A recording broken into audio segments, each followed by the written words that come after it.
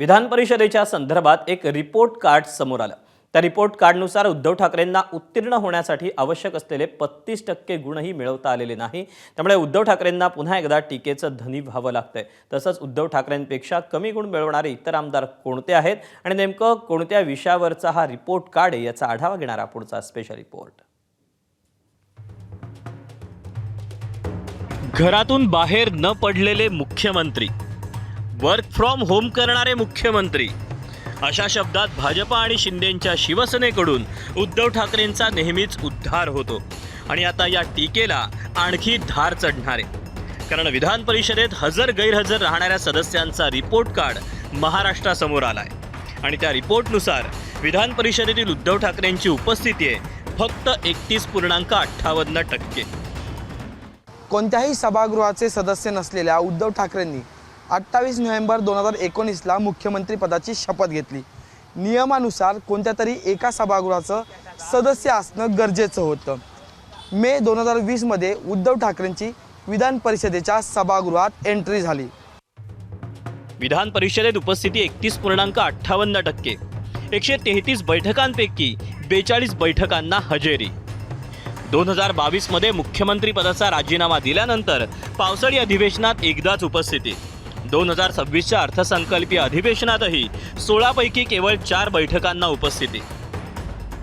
विधान परिषदेत 31.28% उपस्थिती लावणाऱ्या उद्धव ठाकरेंची बाजू सावरताना त्यांच्या शिलेदारांकडून कोणता युक्तिवाद केला जातोय तो ऐका। उद्धव साहेब अधिवेशनात एकदा जरी आले तरी मला असं वाटतं 20 दिवसाचं काम 30 दिवसाचं काम एका दिवसात करू शकतात, एवढी क्षमता त्यांच्यात। 133 बैठका होतात, त्यातल्या 42 बैठकीला त्यांची हजेरी होती।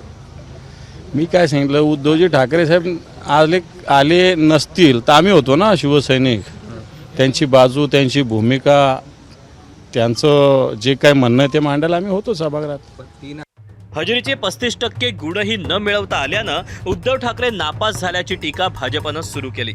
माजी मुख्यमंत्री उद्धव ठाकरे यांचं सभागृहातील अटेंडन्स कार्ड सादर झालं।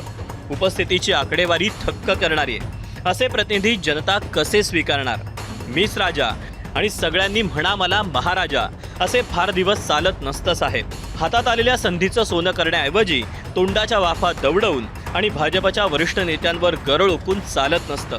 आपली भूमिका, आपलं कर्तृत्व, आपला दृष्टिकोन दाखवण्यासाठी विधिमंडळ असतं। 4 भिंत्याआड बसणाऱ्यांना जनता नेहमीच झिडकारते, हा महाराष्ट्राचा इतिहास आहे, अशी टीका भाजपचे नेते केशव उपाध्यायांनी केली। यावेळी पुन्हा एकदा विधान परिषदेचे सदस्य बनण्याची संधी असताना उद्धव ठाकरेंनी अंबादास दानवेंना पुढे केलं। नाही बघा, विधान परिषद किंवा विधानसभा लोकप्रतिनिधी म्हणून सर्वसामान्य जनतेनं फार मोठ्या विश्वासानं आम्हाला निवडून दिलेलं असतं।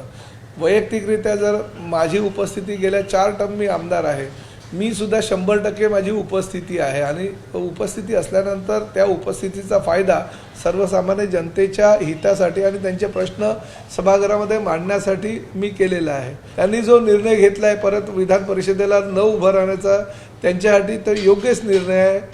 दानवेंना आता संधी उपलब्ध झालेली आहे, त्यांनी आपली कर्तृत्व सिद्ध करावं आणि 100% उपस्थित राहावं।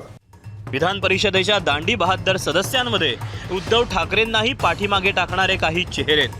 शिंदेंच्या शिवसेनेच्या भावना गवळी, राष्ट्रवादी काँग्रेसचे रामराजे नाईक निंबाळकर या दोघांनी 100% मिळवले। मात्र अनुपस्थितीमध्ये आणि त्यासाठी दोघांनीही कारण पुढे केलंय ते तब्येतीचं। थोडं रेकॉर्ड आपण चेक केलं तर आपल्याला कळेल मी कोणत्या अधिवेशनाला होते नव्हते।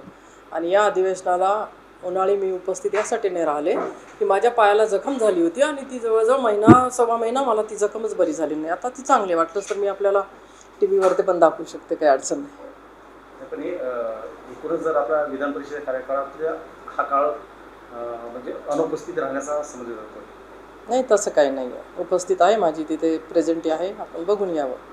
दिलाशाची बाब म्हणजे अधिवेशनात 100% हजेरी लावणारे सदस्यही महाराष्ट्राच्या जनतेला लाभलेत। अमोल मिटकरी आणि राजेश राठोड यांनी 6 वर्षातील 18 पैकी 13 अधिवेशनात 100% उपस्थिती नोंदवली।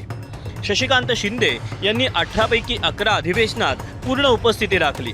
सध्याच्या सदस्यांमध्ये मनीषा कायंदे, जगन्नाथ अभ्यंकर, सुधाकर आडबाले यांनी अनेक अधिवेशनात 100% उपस्थिती नोंदवत लक्ष वेधलं। उपस्थितीच्या बाबतीत चांगली कामगिरी करूनही पुन्हा संधी न मिळाल्यानं अमोल मिटकरींना नीट परीक्षेचा विद्यार्थी झाल्यासारखं वाटतंय. विविध वृत्तपत्रांमध्ये आपल्या चॅनलवर सुद्धा त्या बाबतीत 100% उपस्थितीमधला टॉपर विद्यार्थी म्हणजे मेरिटचा विद्यार्थी म्हणता येईल. पण साधं मग मला परीक्षेलाही नंतर बसता नाही आला. तर एखादा व्यक्ती मेरिट आल्यानंतर दुसऱ्यांदा त्याला चान्स परीक्षेचा असायला पाहिजे होता. पण माझं असं झालं की मेरिटमध्ये आलो आणि काय सस्पेंड झालो, अशा पद्धतीचं ते झालं. नीटचा विद्यार्थी अर्धा एकर शेती विकून 550 पैकी 527 मार्क घेऊन टॉपमध्ये आला आणि सर्व नीटच्या परीक्षा रद्द झाल्या काही लोकांच्या उर्मट वागण्यामुळे. तसंच हे प्रकार माझ्यासोबत पण झालाय. इंग्रजीत सभागृहाला हाऊस म्हणतात.